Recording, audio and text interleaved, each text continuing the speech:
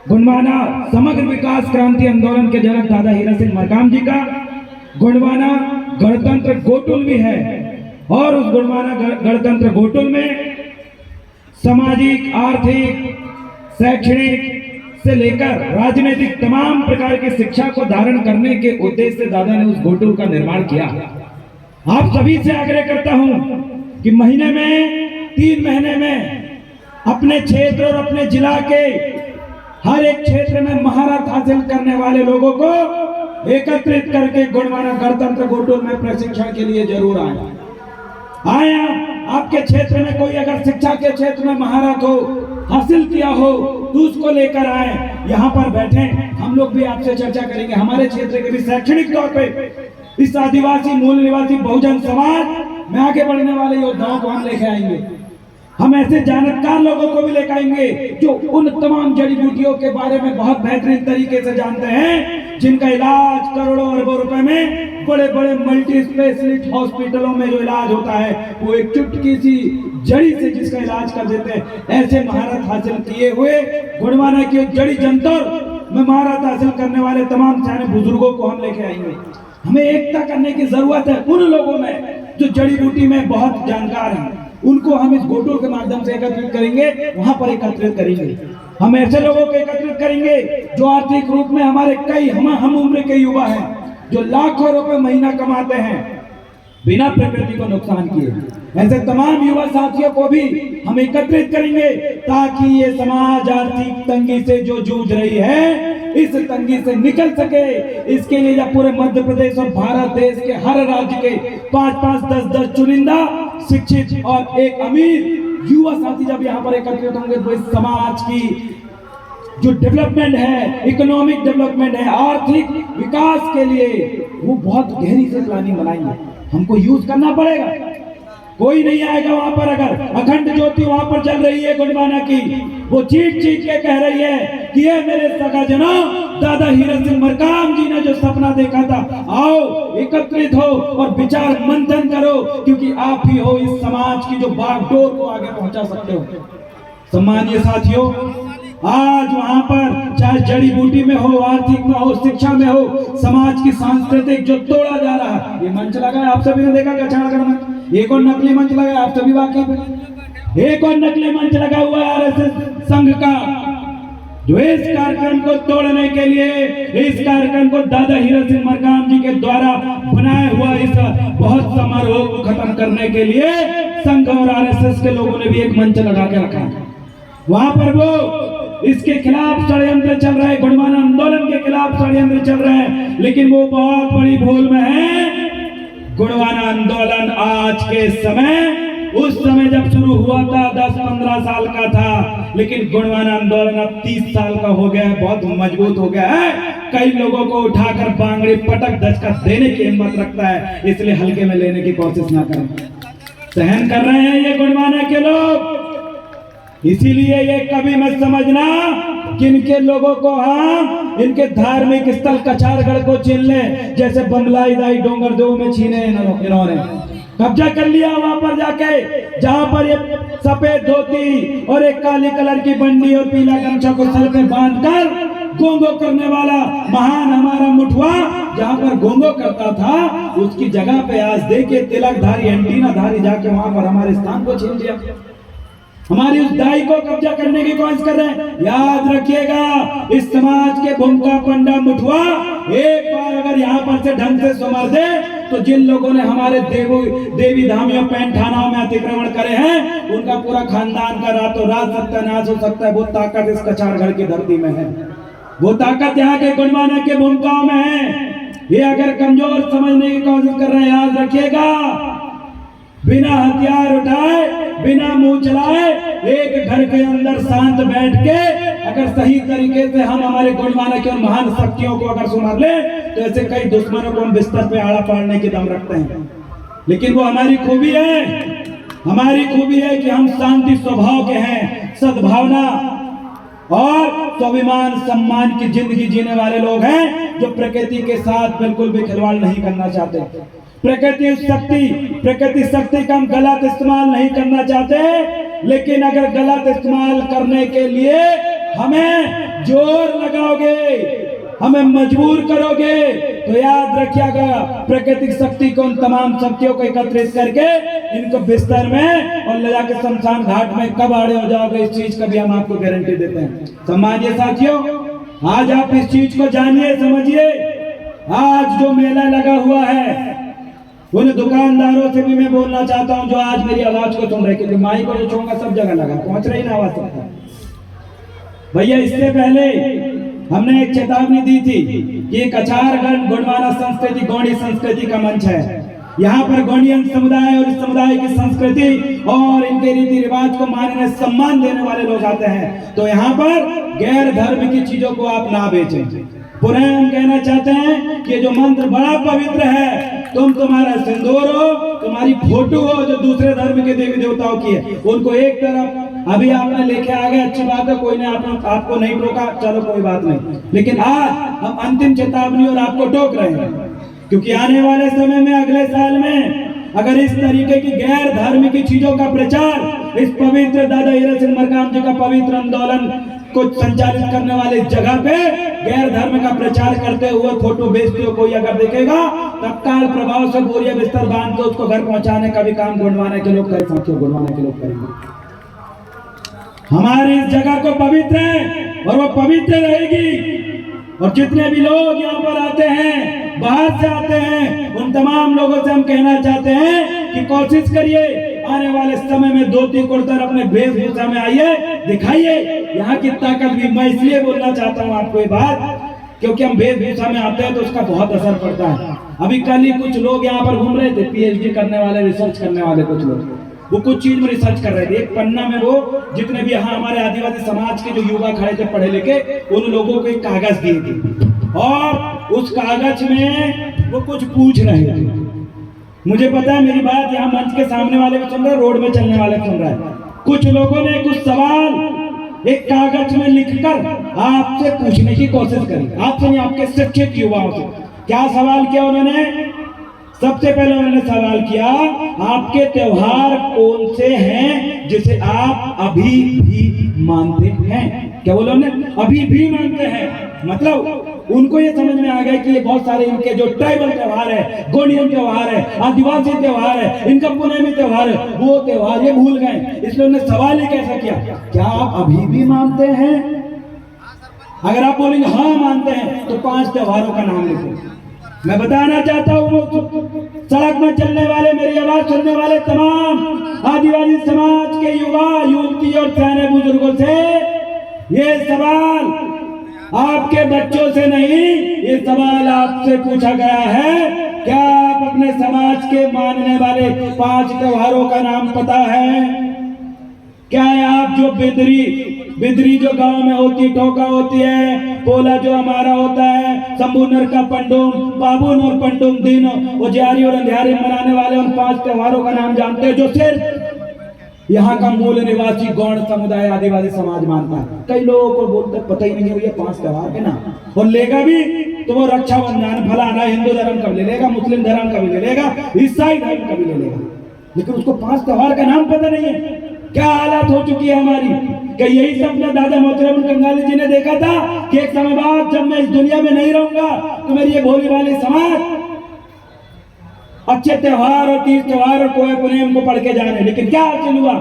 दादा मोतीराम कंगाली जी का सपना था कि मेरे समाज के लोगों को उनकी बोली भाषा 30 त्योहार के बारे में पता रहे। उनने लिख के गया, दिन रात अंतिम सांस तक उन्होंने लिखा, कोई पुणे आज मार्केट में खुलेआम बिक रही है, उसके बाद भी आपको त्योहार का नाम नहीं पता, तो आपने उन दादा मोतीराम कंगाली जी का अपमान किया है, आपने खुद का अपमान किया है। आप खुद को नहीं पहचान पा रहे हो। एक शेर अगर खुद को नहीं पहचानेगा तो गीदड़ों के साथ घास खाएगा और सुअरों के साथ गंदगी खाएगा। शेर की पहचान होती है कि खुलेआम शिकार करेगा, जंगल में अपने मेहनत से शिकार करके अपना पेट भरेगा, खून पिएगा, शेर की पहचान होती। लेकिन यहाँ शेर अपनी ही शेरंदगी को भूल गया, शेर की जो अंदाज है उसको भूल गया है। आपको पुनेम होने के बाद भी 5 त्योहारों का नाम नहीं जानते, बहुत दुख की बात है। इस मंच में आप आयो, घर में जाओ, 5 त्योहारों का नाम पढ़ो। अगला क्वेश्चन उन्होंने क्या कहा, ये वो लोग हैं जो ये जानना चाहते हैं कि तुम आदिवासी बच्चे हो या नहीं, तुम गौंड बच्चे हो या नहीं। क्यों? क्योंकि तुम आधे से ज्यादा गौंड तो भूल गए।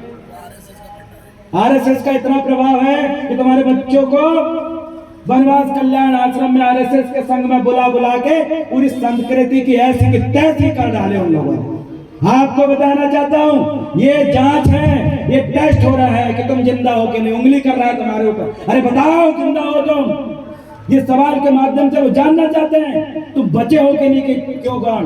क्योंकि आने वाले समय में इस देश के आदिवासियों को खत्म कर देंगे। उसको बोलते हैं आदि गोंडवाना मुक्त भारत। हम गोंडवाना मुक्त भारत का सपना देखने वाले वो संघ के लोग हैं। अगले सवाल क्या करे भैया उनमें सुनो, आपके विवाह जन्म मृत्यु संस्कार को बताइए।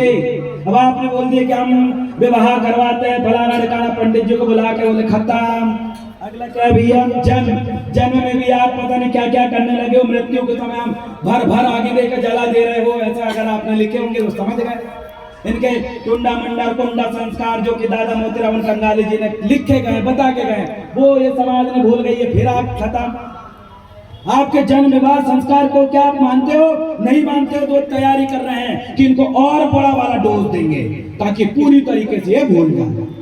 लेकिन याद रखिए, कछाड़गढ़ का डोज लगाओ। ये जो वैक्सीन लगाए आपने, उस वैक्सीन की तरह कछाड़गढ़ के मन से मिलने वाले डोज को भी अपने अंदर लगाओ और जन्म मृत्यु और विवाह संस्कार में अपनी गौंडियन को या पुनेमी पद्धति को अपनाओ। तब जाके आप इस धरती के मूल मालिक कहलाओगे, अन्यथा तुम इस देश के नागरिक को बाहर से आए हुए लोग बन जाओगे।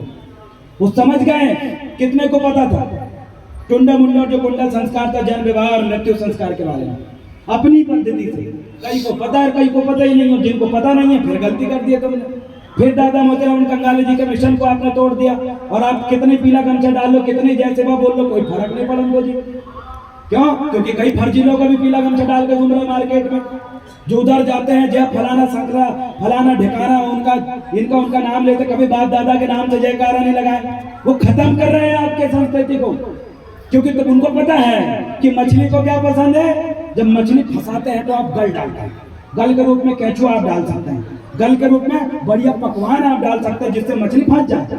उनको पता है जैसे मछली को फंसाने के लिए, फंसाने के लिए एक कछुआ की जरूरत पड़ती है, केचुआ की जरूरत पड़ती है, वैसे ही आदिवासी समाज को फंसाने के लिए पीला गमछा की जरूरत पड़ती है भैया। दुश्मनी पीला गमछा डाल के आ जाए, बीच में घुस के खड़ा हो जाए तो तुम पहचान नहीं पाओगे कि वो अपना है या पराया है। दुश्मनों की पहचान आप करना भूल गए हो।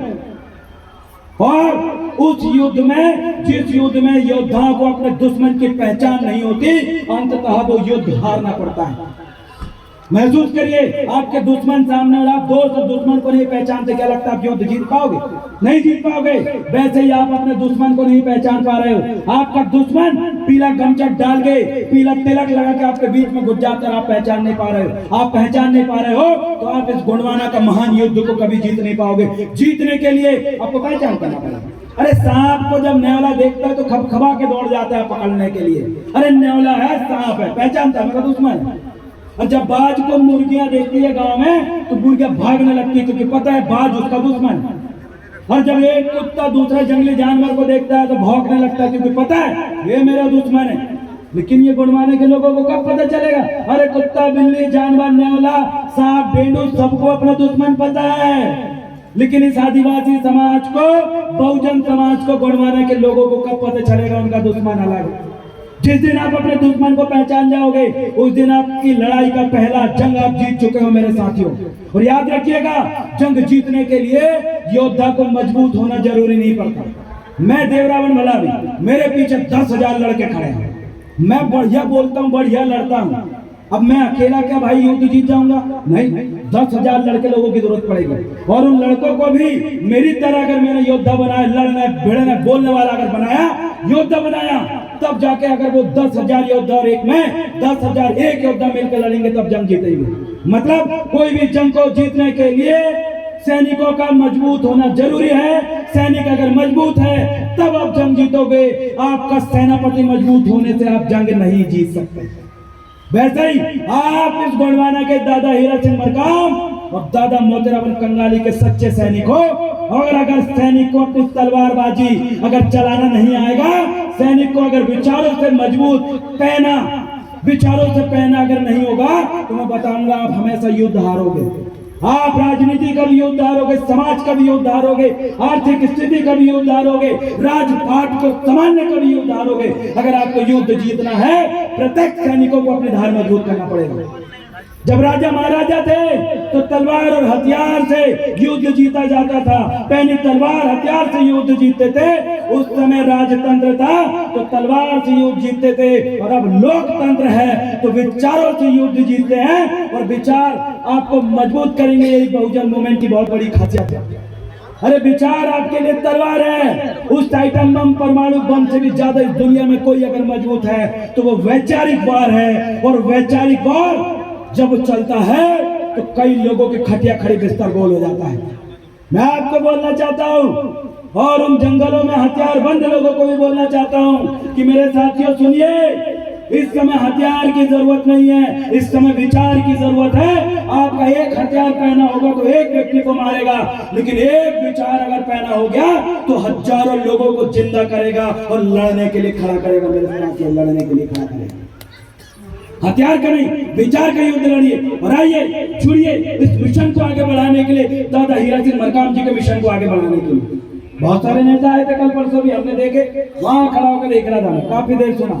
एक नेता पिछले साल आया और उन्होंने बोला कि आज पूरा टीम लगाऊंगा मैं, इसको बंद कर देंगे, बढ़िया यहाँ टनाटन जो है वो 3 साइड लग जाएगा। एक मंत्री जी ने पिछले साल बोल के गए। अब 10 साल में मंत्री जी आए और उन्होंने फिर बोल के गए हैं कि आज हम डबल रोड बनाएंगे, डबल गाड़ी चल जाएगी। अरे ये कहा मंत्री हो तुम, आदिवासी समाज थूकती समाज तुम्हारे ऊपर। अरे झूठ की भी हद होती है। अरे तुम उधर बोलो नेता नगरी में झूठ, अरे तुमको जन्म देने वाली, तुमको बेटी देने वाली, और तुमको नाम और सरनेम देने वाली, और मरने के बाद कंधा देने वाली समाज से अगर तुम झूठ बोलोगे तो जीवन में कभी सक्सेस नहीं होगे, कभी राजनीति में सक्सेस नहीं होगे। ये काम उन नेताओं ने किया। अरे जिनने तुमको जन्म दिया, जिनने तुमको नाम दिया, सरनेम दिया, बेटी दिया, सम्मान दे रहा है, वो परिवार, उस सगा परिवार से झूठ बोलने वाले नेता और उसको नकारने वाले नेता जिंदगी में कभी सक्सेस नहीं होते। उन नेताओं को कहना चाहता हूँ, ये कछारगढ़ और चौड़ागढ़ जैसे जगह जहाँ से पूरी सत्ता का केंद्र था, इन जगहों को बचाओ। वही चौड़ागढ़ जहाँ से 88 शंभू शेख में पहले प्रथम शंभू कोसोडुम ने राज किया था, जहाँ से पूरे शंभू ने पूरे देश में गोंडवाना की पंचखंड धरती में राज किया, और इस समाज को, गोंडवासी समाज को बचाने और संभालने का काम किया। उनके मिशन को पूरा करो, तब जाके राजपाट में कामयाब होगे। किसी दूसरे के चमचा बन के उनकी हड्डी खाओगे तो तुम्हारा बदन नहीं बनने वाला। हड्डी मिल रही है इनको, कुत्ते को क्या देते हैं? बढ़िया बकरा कटा, बढ़िया पीस बढ़िया खाएंगे, चीज चिकन साफ खा जाएंगे, और जो बची हड्डी रहती है वो कुत्ते को देते हैं। वैसे ही हमारे समाज के कुछ नेताओं को हड्डी मिल रही है और वो बड़ा खुश रहता है। कुत्ता देखना हड्डी मिली तो जब दौड़ेगा लात टांग जाएगी, इतना बड़का दीवाना हो जाता है हड्डी का। वैसे हमारे समाज के भी कुछ नेता हैं जिनको हड्डी मिल रही है और वो बड़े खुश हैं। अरे उनको मैं बताना चाहता हूँ, अरे कब तक खाओगे किसी की झूठी हड्डियां? अरे एक बार शिकार करके मांस खा के देखो। ये गोंडवाना आंदोलन है, ये समाज के साथ एक बार आशीर्वाद लेके देखो। ये समाज तुमको आगे बढ़ाएगी, तुमको राष्ट्रपति प्रधानमंत्री बनाएगी और सतरंगी झंडा लहराने के लिए काबिल बनाएगी। हड्डी में खुश है। अरे 1 करोड़ 10 करोड़ रुपए भी मिल जाए, तुमको सम्मान नहीं मिलने वाला समाज का, क्योंकि समाज का सम्मान लेने के लिए दादा हीरा सिंह मरकाम जी के जैसे जेब में महुआ भर के, वो फटी चप्पल पहन के हजारों किलोमीटर पैदल चल के गोंडवाना के आंदोलन जगाने वाले योद्धा जैसे काम करना पड़ेगा, तब समाज तुमको सम्मान देगी और आगे बढ़ेगी। सम्मानिय साथियों, बचाइए अपने बच्चों को। ये वनवासी कल्याण आश्रम में एक भी रानी दुर्गावती, शंकर साह, कुमराम बेनू जैसे कोई भी योद्धाओं के बारे में जानकारी नहीं मिलती। जितने भी सत्ता में भी बैठे संघ के लोग के द्वारा जितने भी स्कूल, कॉलेज और आश्रम संचालित हो रहे हैं, तमाम आश्रमों में आपके बाप दादाओं के बारे में नहीं पढ़ा है, दूसरे बाप दादाओं के बारे में पढ़ा है। शेर को गीदड़ों के बारे में पढ़ाया जा रहा है, शेर को जंगली उन सुअरों के बारे में पढ़ाया जा रहा है, शेर को हमेशा की तरह उन धोखेबाज भेड़ियों के जैसे पढ़ाया जा रहा है। लेकिन एक बार शेर को शेर के जैसे अगर पढ़ा देंगे तो मैं आपको बता रहा हूं, इस जंगल में भी पहले शेरों का राज था, आज भी राज होगा, आने वाले समय में भी होगा, और हाथी के ऊपर चढ़ के हम लोग राज करेंगे। कहा राज करेंगे भाई हाथी के ऊपर? गोंडवाना राज्य सिंह गज सोडुम, हाथी के ऊपर शेर। क्या है हाथी? मतलब वही थाईलैंडी नस्ल के लोग, थाईलैंड और उधर साइड का इंडो कल्चर का जो राष्ट्रीय पशु क्या है? हाथी। और हमारा क्या है, बाघ, शेर। और जब थाईलैंड के लोगों के ऊपर, जब थाईलैंडी नस्ल के लोग जो इस देश में बैठे हैं, थाईलैंडी नस्ल की संस्कृति जो इस देश में बैठी है, वही थाईलैंड के षड्यंत्रकारी लोगों पर गोंडवाना के लोगों ने विजय हासिल करी थी। गोंडवाना का शेर जब हाथी के ऊपर चढ़ा था, उस दिन गोंडवाना का राज स्थापित हुआ था। इसलिए वो थाईलैंड के लोगों से आज से नहीं, सदियों से झगड़ा है हमारा। झगड़ा खत्म हुआ तब जाके गोंडवाना राज्य चुना है। तो आज भी फिर से बोलना चाहता हूँ समाज से कि जगाइए अपने जिला के शेर को, अरे जगाइए अपने ब्लॉक की शेरनियों को, अरे जगाइए अपने प्रदेश के शेर और शेरनियों को, क्योंकि इनको जब जब आप जगाओगे, अरे थाईलैंड के उन हाथियों के ऊपर हम चढ़ के गोंडवाना राज को पुनः स्थापित करेंगे मेरे साथियों, पुनः स्थापित करेंगे। ये विचारों का आंदोलन है और लगातार चलेगा। इसको कोई रोकने वाला आज तक इस दुनिया में पैदा नहीं हुआ, क्योंकि हमारे अंदर जो शक्ति प्रवाहित हो रही है, हमारे अंदर जो खून प्रभावित हो रहा है, वो हमारे महान पुरखा कोपार लिंगो और आदिमानव सम्राट कोसोडुम का खून बह रहा है, जिनने पूरी दुनिया की संचालन शक्ति को अपनी मुट्ठी में लेने का दम रखे। इसलिए सम्मानीय साथियों, ज्यादा लंबा ना बोलते हुए मैं आपको कहना चाहता हूँ कि आइए और ये थाईलैंडी नस्ल और थाईलैंडी संस्कृतियों को बाहर भगाएं और गोंडवाना को फिर से हाथी के ऊपर सवार करें। बहुत बहुत धन्यवाद। जय सेवा, जय गोंडवाना, बना के रहेंगे गोंडवाना। जय जय दादा हीरा सिंह मरकाम। बहुत बहुत धन्यवाद।